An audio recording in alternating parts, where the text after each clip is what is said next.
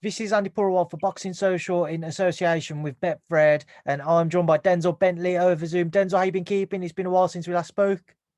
Yeah, I'm good, thanks. I took it out and all you guys ran away from me. All the media ran away from me. Now I'm joking, but yeah, no, it's good to see you anyway, man. How you been? I'm good, man. I'm good. It is an interesting thing you say. It's always kind of, how do you approach somebody who's just lost, especially for the first time? You know, in our Yeah, case, or at least in my case, it's more so of a respect thing. I don't imagine the first thing you want to see after a fight that you haven't been successful in is a bunch of people with a microphone stuck in your face or asking for Zooms in yeah, this case.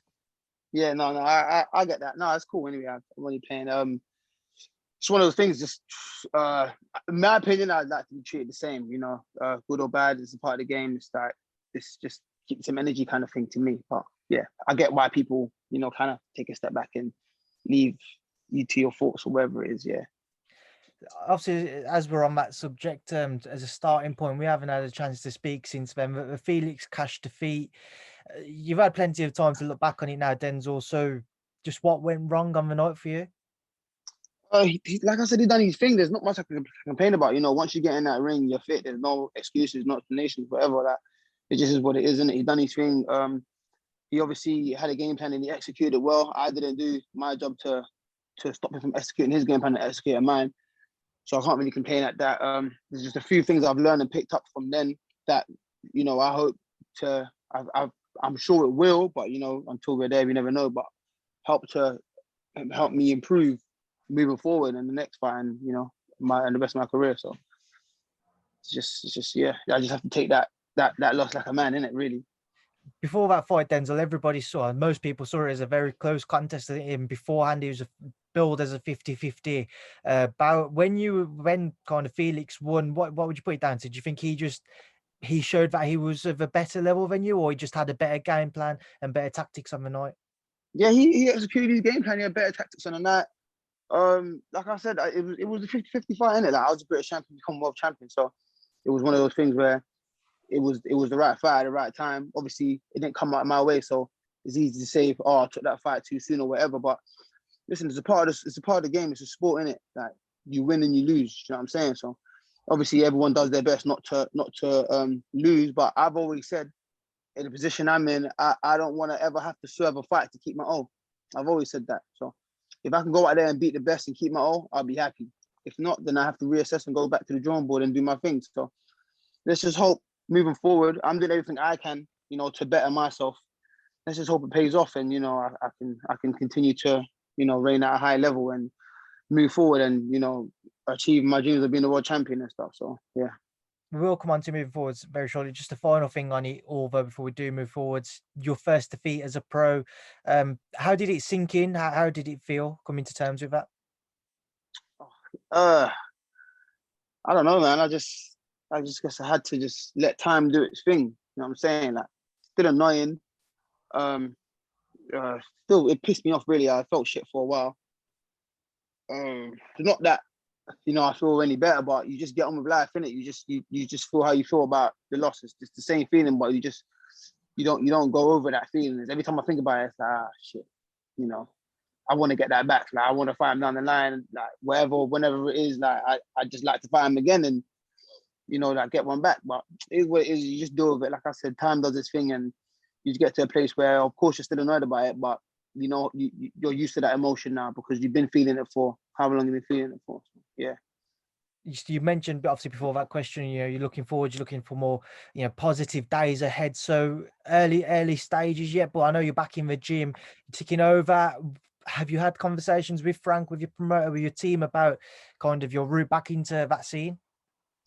No, I haven't had a conversation with Frank, but I spoke to my manager. He obviously speaks to Frank quite a lot. So they were, I think, planning on 2 fights. Hopefully, you just need to work on dates and when to get back out and stuff. So, not really much being said. Just know that I'll have 2 more fights by the end of this year to get back to where I feel like I need to be. Have you got anyone in mind who you would like to face? Because obviously, but other than yourself or Felix, you've beaten Mark Efron. Um, it's not really stacked with domestic fights. You've obviously got Liam Williams coming on the back of a loss to Andrade, but he's still looking at to probably, I imagine, very least European, if not world scene once again. Who are you looking at or considering? No one really. I just need to get back. That's just my thing. I just need to get back. Said it a few times. I'm not in a position to say names, or at least I don't feel like I am anyway. I just need to, focus on myself and get back to winning ways and get back to my rankings and pushing forward and just just working on myself to be a better fighter. In terms of people that are there, same mentality. I'm game anyone. Like, let's go. For me, I still feel like I can beat a lot of these guys in the division now. I don't know, maybe if there's nothing there domestically, then I guess there's some opportunities there, or there's some fighters there internationally that we could look at and are willing to step up against really everyone. Not like stupid step up, just like, oh, I'll fight this guy now, but just like, all these guys that are in and around the same kind of level, like internationally, then, or like middleweight, I'll fight. You know what I'm saying? Just to get me to that kind of fringe world level, get a bit of experience against some of these guys that maybe competed at world levels. But that's just in my mind. That's not conversations I've had with my team and stuff. In my mind, that's where I want to be. And I said after the British, I'd want to move on to like fringe world level and stuff. And I still do want to move on to that. I don't feel like I need to take a step back. I just feel like I need to get back, see where I am, and then move forward again. Just kind of on a few names I was trying to think about beforehand, but I just want to throw to you, get your thoughts on who at least at that domestic level. When you did hold the British title, Marcus Morrison was one man who was calling you out. He obviously he was a very tough and very gamey as Chris Eubank Jr. Lost comfortably on the cards, but he gave a very good impression of himself in that fight. Sam Egginton's moved up to 160 now, and you've also got somebody like maybe Brian Rose. Would any of those guys be of interest to you? Yeah, well, Marcus Morrison, we tried to get that first fight back of lockdown. But I fought McCall instead because they didn't whether they pulled out or didn't accept it, I don't know. So we tried that before, but I'm game for that. Some may get in a spar before. Actually, a cool guy. We have to fight. Then it is what it is. You know what I'm saying? Same division and stuff, but he's done a very good job of winning that title the other day. So congrats to him. Brian Rose. And that's another fight I'll take. If that's available, I'll take that fight. If he's still boxing, I'm not sure what he's doing at the moment, but that's the fight I'll take. Those are all names. Those are all potential fights and all names I'll take on the domestic scene. But, yeah. Just go through them. You mentioned Marcus there. What would you make of a fight between the pair of you, and what did you make of his bout with Chris Eubank Jr.? I think Marcus is I think he's a decent fighter. I think he is a good fighter, but the Eubank was a level too high for him. I think Eubank took it easy. He stepped off a bit. I think Eubank stepped off when he could have stopped him, and then wasn't able to get him back in that position where he could have stopped him again. So we just had to, just kind of cruise the rounds. And I think Morrison just kept trying all the way through. He didn't stop trying. So I got to give him a bit of respect for that. Pardon me. He didn't just like mentally give up and go in his shell. He was still trying to land that shot. Fight between me and him, I think I win. I'm not going to come out here and say I think he wins anyway, but I think I win that fight. And listen, if that's a possibility, then let's get it on. But let's get it on for a title at least. You know what I mean? So back to win a title. So if we can do that, then I'll be happy with that.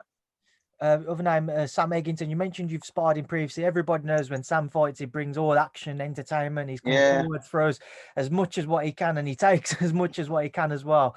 If you two were to meet, would that be a fight which you think would just catch fire instantly, or do you think you'd have to approach it differently? Yeah, possibly. I don't know. Obviously, if that was a fight that was going to present itself, I'd have to think. But we'd have to sit down the team and think about how we approach that fight. But that's not a fight I've actually thought about, so I couldn't just answer you saying, oh, this is how I go about it. Do you know what I mean? Because obviously he was at the weight below before. He just moved up. And that spar, we only sparred once. He helped me. He came down to help me for Felix Cash. So we only got just one spar and just a few rounds. So I wouldn't take anything from that. But he is a tough guy. He's a strong guy. Like I said, that's not a fight I've actually thought about, if I'm being honest with you. So I couldn't be like, oh, I do this, I do that. But like I said, if it's a fight that presents itself, I'll take it and figure out, how to beat a guy like Sam Egginton if that fight ever approaches that, yeah. Brian Rose being the last name. Brian is still knocking about. I spoke to him a few days ago. He's still kind of coming to terms with how the Austin Williams fight for himself fell through out in Las Vegas. He said he probably only has, if he doesn't kind of have some news with him the next 3 or 4 weeks, he would potentially look to hang up his gloves then, but he still wants another fight, another crack at something. Has he been a name at all that you have thought about, or is he again just somebody I'm throwing at you that you've never considered? That's again a name that I've never considered. I've never actually looked at Brian Rose and said, "Oh, I'd fight him." Do you know what I mean? Because he was on his that trying to sound rude. He was on his way out, really. Do you know what I mean? I thought he'd retire, so I'm not gonna just start picking people like, oh, he's on his way. That means he's not training as hard. He's just looking for a payday. So I'm looking at like healthy fighters, like fighters that you're going in the books for, like, oh, he beat this, he beat that. You feel me? But Brian Rose is a good fighter. I'm not sure if he's a world champion. I know he's fought for a world title. Was he a world champion? No, he fought for a world No, title. yeah, he fought for a world title. Yeah, he fought for a world title. So that's the level everyone wants to get to. You know what I'm saying? Obviously, everyone wants to win, but fighting for a world title, that's the top of the sport. So he is a good fighter. Not a name I thought of, so I haven't really looked at him in that way to be like, oh, this is how I dissect him. But again, if that's the fight that presents itself, it's a fight I'd take. But yeah, it's a good fight. And I didn't know he went to fight Austin Williams. That's a good fight. Yeah, so That's a very good fight. I didn't know that. They was meant to fight, or they had something agreed for May 29th, I believe it was, on the Devin Haney Linares card. But obviously Austin, having his own personal issues going on, pulled away from the bout. Just moving forwards though, get your thoughts on a few other fights, Denzel. Eubank Jr. and Demetrius Andrade is being spoken about. What be your thoughts on that? I think Demetrius Andrade will win. I think the fight with Liam Williams has, got him in a little flow. I know that was a tough fight for him, but he'd been out for a while, I think. And I heard he was walking around heavy and he had to cut weight and all these stuff. These are all speculation. I don't know if they're true or not, but those are just things I heard. But if that is the case, I'm guessing after the Williams fight, he's not going to want to take them chances again. So he'd, stay in the gym, stay around his weight. And obviously we're almost at the end of this pandemic. Well, in America, things have lifted. So I'm guessing he would trust Eddie to get him out and keep him active, whereas we just came out of a pandemic, so he probably felt like nothing was going on and just kind of couldn't get any fights. So he probably just thought, oh, you know what, stay at the gym. But we're at the end of this in America, most states are open. He's probably still in the gym working. So I think it'd be a bit too much for Chris Eubank. Chris Eubank is a good fighter and he will bring the pressure. He'll bring the pressure just like Liam Williams did. But can he bring the pressure? Can he turn it up even more than Liam Williams did? Because he handled that pressure. So if you're not going to turn it up any more than that, then he's really not an easy night. It won't be an easy night, but I think he'll just be a little bit too skillful. Up at 168, Denzel, Canelo versus Plant, again, fight being spoken about, undisputed bout. Will be your thoughts? Is Caleb the man who can defeat Canelo, obviously, other than Floyd? I like Caleb Plant. Like when everyone was saying Conor Smith's the best 168-pounder, I always thought it was Caleb Plant. I like Caleb Plant, probably because of his style or whatever, but I think he's very good and he's very tricky and he's young and he's just fresh, but I don't think he hits hard enough to keep the pressure off him from Canelo, because Canelo's just going to keep walking you down. He walked down Callum Smith, who's about 6'3" and is a big puncher. He's not, you know what I'm saying? He's not feeble. He's a solid man.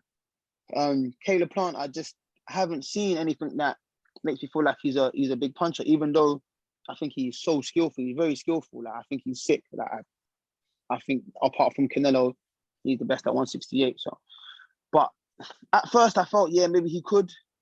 But as I went back to kind of watch it, because I knew it was a potential fight, I went to watch him a bit and kind of look at what he does. He doesn't hit hard enough to keep Canelo off him. And to move that much for 12 rounds, Canelo's going to get to him at some point. And then one other fight, which certainly raised a few eyebrows, up again, 168, is going to take place at Fight Camp. Jack Cullen and Avni Yieldry. That was a random one. That was random. When I saw that, I was like, what? But it's good though. I'm guessing, obviously with this whole new match in the zone, they've got like, a bigger budget to make these kind of fights. So it's probably a fight to just get Yieldry back on track, because he took the Canelo fight and, lost kind of badly. So it's probably a fight to get him back on track.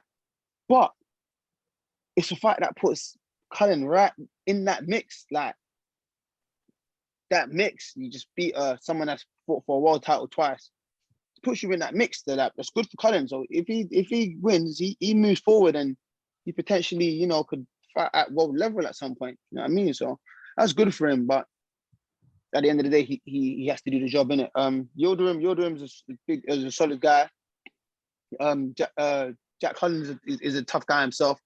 And I think it's a good fight. I don't think he's out of his depth there. I think it's a good fight. I think he's got a chance to, go through this fight and just change his life, really. Denzel, you mentioned the Matchroom and DAZN deal, the link up there. As someone who's on the other side of the road with Frank and with BT, what's your take on it? What do you think that will do for British boxing? Does it kind of put more pressure on all promoters to continue to offer more money in terms of purses, or do you think otherwise? What do you make of their deal? To be honest, I don't really know much about it though. I just know that they left Sky. But in terms of like promoters paying fighters, I think every fighter should get paid well when taking a real fight.